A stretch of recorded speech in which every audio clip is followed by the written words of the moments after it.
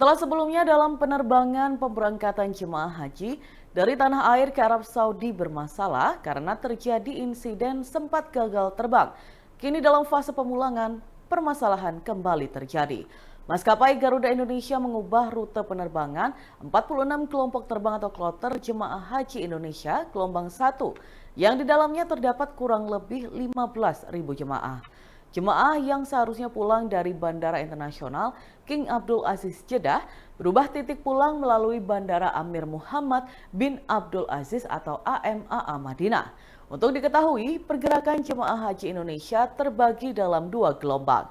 Pertama, jemaah haji dari tanah air mendarat di Bandara AMAA Madinah, lalu ke Madinah, Mekah, baru pulang melalui Bandara Internasional King Abdul Aziz Jeddah.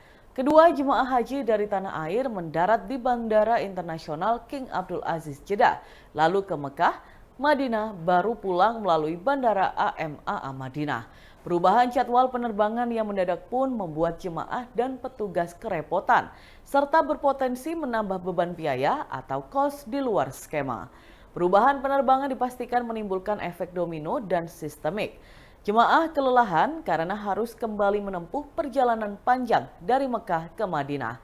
Jika dibandingkan, waktu tempuh Mekah ke Jeddah kurang lebih 1,5 jam. Sementara Mekah ke Madinah bisa mencapai lebih dari 8 jam. Perubahan ini juga turut memecah konsentrasi petugas. Dalam kondisi normal, petugas penyelenggara ibadah haji atau PPIH Dakar Bandara semestinya terkonsentrasi mengawal pemulangan jemaah haji gelombang 1 di Jeddah. Akibat perubahan rute, petugas harus membagi pelayanan di Madinah. Hal ini bisa berdampak menurunnya layanan petugas sehingga tidak bisa optimal. Konsekuensi lanjutannya mengharuskan penyiapan layanan tambahan di Madinah di luar jadwal yang telah direncanakan, yang mencakup akomodasi, konsumsi, dan transportasi, sehingga menambah beban biaya baru. Di samping itu, perubahan tersebut tidak sesuai dengan ketentuan Talimatul Hajj yang mengharuskan perjalanan haji satu rute. Jika kedatangan melalui Madinah, maka kembali melalui Jeddah dan sebaliknya. Ini semua diatur secara sistem di e-Hajj. Hal ini pun menyebabkan terjadi keterlambatan karena tim e-Hajj dari Kementerian Haji dan Umroh harus mengubah sistem khusus untuk 46 kloter tersebut. Waktu keberangkatan juga harus dimajukan 24 jam lebih cepat agar jemaah memiliki waktu beristirahat.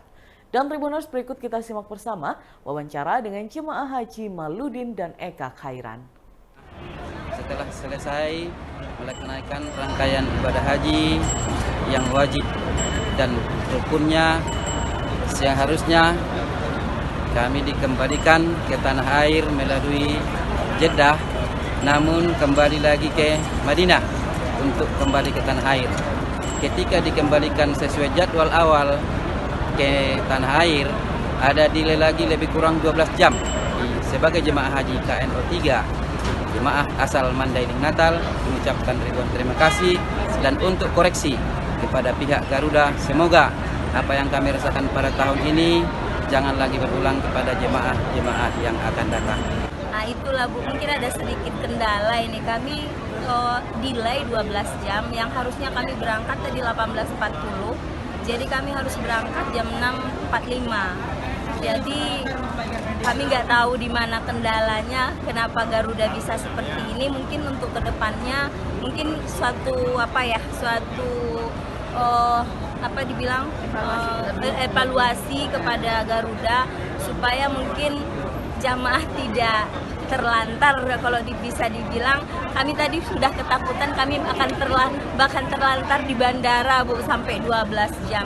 Download Tribun X sekarang, menghadirkan lokal menjadi Indonesia.